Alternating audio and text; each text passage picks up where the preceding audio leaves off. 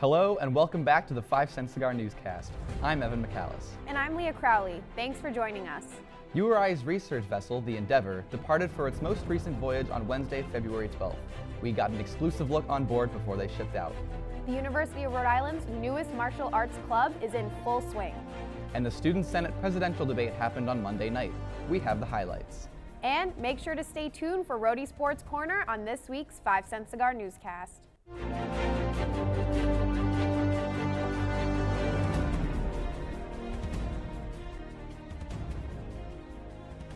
We've all heard about study abroad, but have you heard about study at sea? From Easter Island to the Black Sea, the Endeavour has taken scientists, engineers, students, and teachers on hundreds of cruises over the course of its life. We spoke with the captain and crew to find out where she goes next.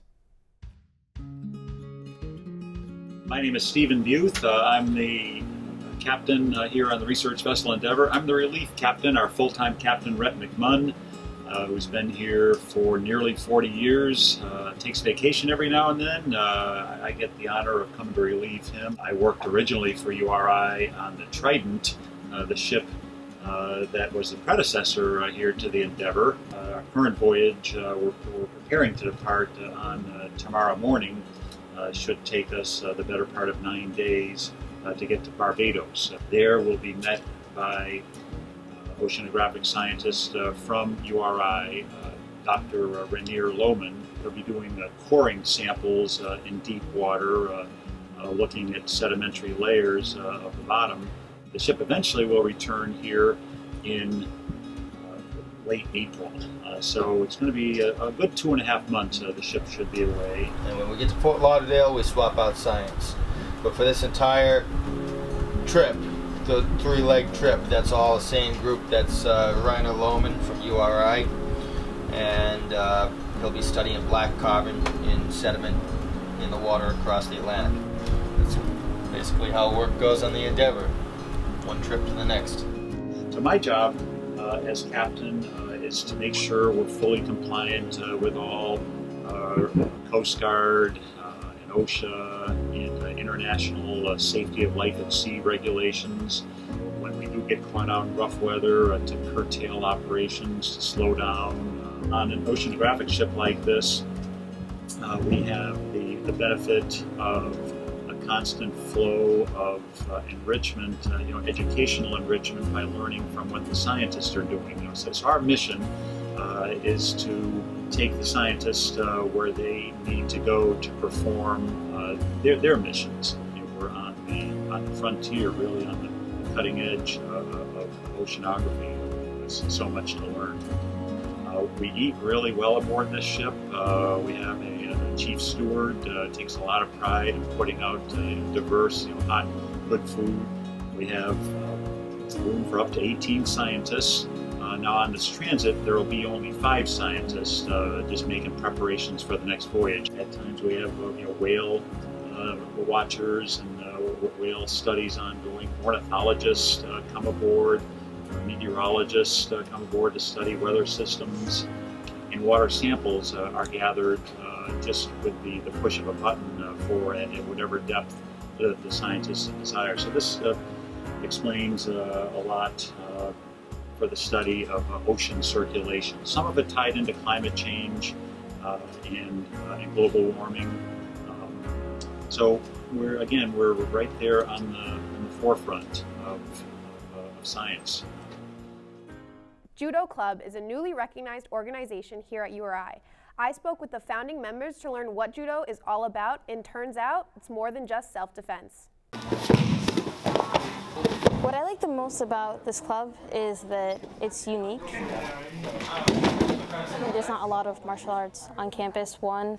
2, there's not a lot of sports for women, which I think it's important. My name is Liz Maylene Ramos. I am a senior at URI, and I'm president of the Judo Club. Judo is a modern martial art and Olympic sport which mainly consists of throws, pins, and joint locks. Judo became an official club last semester.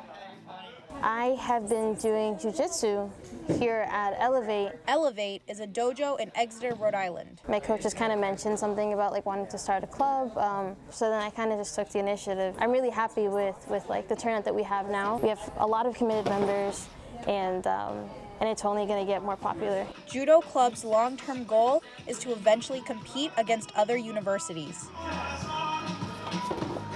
And when we start, competing, we would be like one of the first in New England to start having a competitive judo club, which is awesome. So I started doing jiu-jitsu at Elevate, which is where we hold our practices. Ryan Kapler is the treasurer of Judo Club. So I started with jiu-jitsu, definitely for the physical aspect, the exercise, good stress relief. You never less stressed after you've just almost been choked out. Everything is so like minuscule.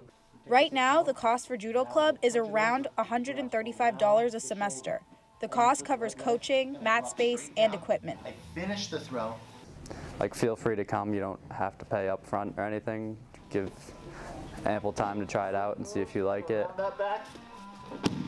If any URI student is interested in joining Judo Club, they can just email judo@rhodysenate.org. No experience is necessary. As you learn judo, it's kind of like you learn confidence, you learn self-defense, you feel a sense of community where you are, and I think it helps people grow. I think learning judo and jiu-jitsu as well is it's like a cultural experience too. Judo comes from Japan. Our coaches say the throws. They use the words in Japanese. If you may come in with the intention of, I don't know, like, I'm going to throw people, I'm going to beat people, whatever, and you quickly get humbled and you quickly learn to appreciate it differently, even if that wasn't your initial intention. It's really cool, and I think it's very, very much worth trying and giving it a shot. Leah Crowley reporting, 5 Cent Cigar News. The first Student Senate presidential debate of the year took place on Monday in the Union, featuring presidential candidates Joseph LaChance and Austin Ramsey, and their respective running mates John Bagley and Madison Ramsey. Each candidate addressed issues such as student parking, campus intersectionality, and sustainability. In the future, we are actually going to be meeting with MSA later on this week to try and further the conversation of what we can do for them. If, elected into the position, Madison and I will definitely continue to research ways to fix the parking issues on campus. LaChance and Bagley are running on a platform that promotes easier availability of menstrual products on campus, working closely with the Counseling Center and reaching out to underrepresented students. Meanwhile, the Ramsey platform aims to support students with diverse or non-traditional campus backgrounds, make campus more accessible to students with disabilities, and promote environmentally friendly initiatives. Presidential elections will take place online on February 26th and 27th. And now over to Nolan Reilly with this week's Rhody Sports Corner. What's up, everyone? Back once more for your weekly installment. I'm Nolan Reilly, and this is the Rhody Sports Corner. A busy week in URI athletics once again as both men's and women's hoops hosted games at the Ryan Center this weekend. Baseball opened their season against Lamar, and softball continued to earn conference honors. We'll start with men's hoops as the Rams look to lick their wounds after losing on the road to Dayton, and what better way than with the basement-dwelling St. Joseph's Hawks coming into town for a Saturday afternoon matinee. Naismith watch list nominee Fats Russell and company would be looking to ground the Hawks Saturday as they continue towards their ultimate goal of getting back to March Madness. This was a vintage performance from senior guard Jeff Doughton, hitting the floater and transition here in the early goings of the first half. We'll stick with Doughton hitting the open corner three ball here. He would finish with 14 points, 8 assists, and 7 rebounds. Providing some energy off the bench by way of this monstrous poster jam, that's freshman Jacob Topping coming out of the stratosphere to send that one home off the sweet Cyril Langevine pass. We'll stay with Topping as well. Here he gets the beautiful running layup in the lane to fall. In 11 minutes off the bench, the freshman would provide 12 points, all coming in the second half. And here's Russell now putting the final twist of the knife into the Hawks by way of this three ball. Fats would total 18 points as the Rams cruise by St. Joe's 73-55. So when Coach got on me in the first half, I didn't take it personal. I took it as a get better, so that's what I did in the second half. And I'm looking forward to this next 5 games of conference play with this group of guys to see how we can finish it off again, where we finish is where we finish. It'll be a byproduct of, whether or not we can continue to climb, continue to get better, which is what we aim to do. Switching gears to Rhody women's hoops, as Nicole Jorgensen in the Rams hosted the Bonnies of St. Bonaventure Sunday afternoon, looking to make it 2 wins in a row on their home court. Early first quarter, and the Rams moving that ball with purpose on the offensive end as freshman Brazil Harvey Carr drains the trifecta. It was all Rhode Island early as they opened the game on a 12-2 run. Still in the first, Davida Dale misses the layup, but Jorgensen there for cleanup duty with a sweet putback layup. Here's the freshman Harvey Carr again, this time slashing to the hoop for an easy score to keep the Bonnies at bay in the first frame. Jorgensen would continue to dazzle on the low block, this time with a sweet hook shot, kissing it off the glass for 2.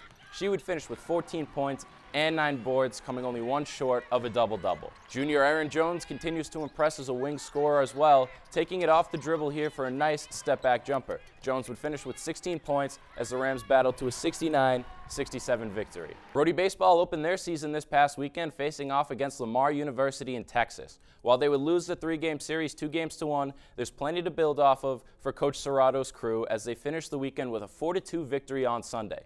Closer Tyler Brocious helped slam the door shut, pitching the final 2 2/3 innings, allowing 0 runs, 1 hit, and striking out 5 batters faced. Rhode Island softball also continued their season, winning 2 of their 4 games played at the First Pitch Classic in Charlotte, North Carolina. URI would once again be led by senior pitcher Sarah Gunderson, who won Atlantic 10 Pitcher of the Week for the 2nd straight time. Gunderson was 2-0 for the weekend series with an ERA of 1.17 and would tally 9 strikeouts. Freshman Rachel Zingerman also won her first weekly award as a Ram, receiving the honor of A10 Rookie of the Week. Zingerman had a great series at the plate, batting .364, hitting 1 home run, 2 doubles, drawing 5 walks, and batting in 5 runs. Congrats to both for a terrific start to the 2020 campaign. That'll do it for this week for the Rhody Sports Corner. I'm Nolan Reilly.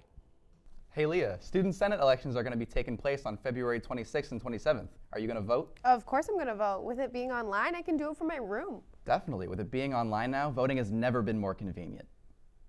That's all we have for you today. Thanks for joining us this week here at the 5 Cent Cigar Newscast. And make sure to check us out on RhodyCigar.com and follow us on Twitter and Instagram at RhodyCigar. Reporting from Kingston, Rhode Island, I'm Leah Crowley. And I'm Evan McAlice, wishing a happy 50th anniversary to the Shamrock Shake, which, by the way, is officially back. You're welcome.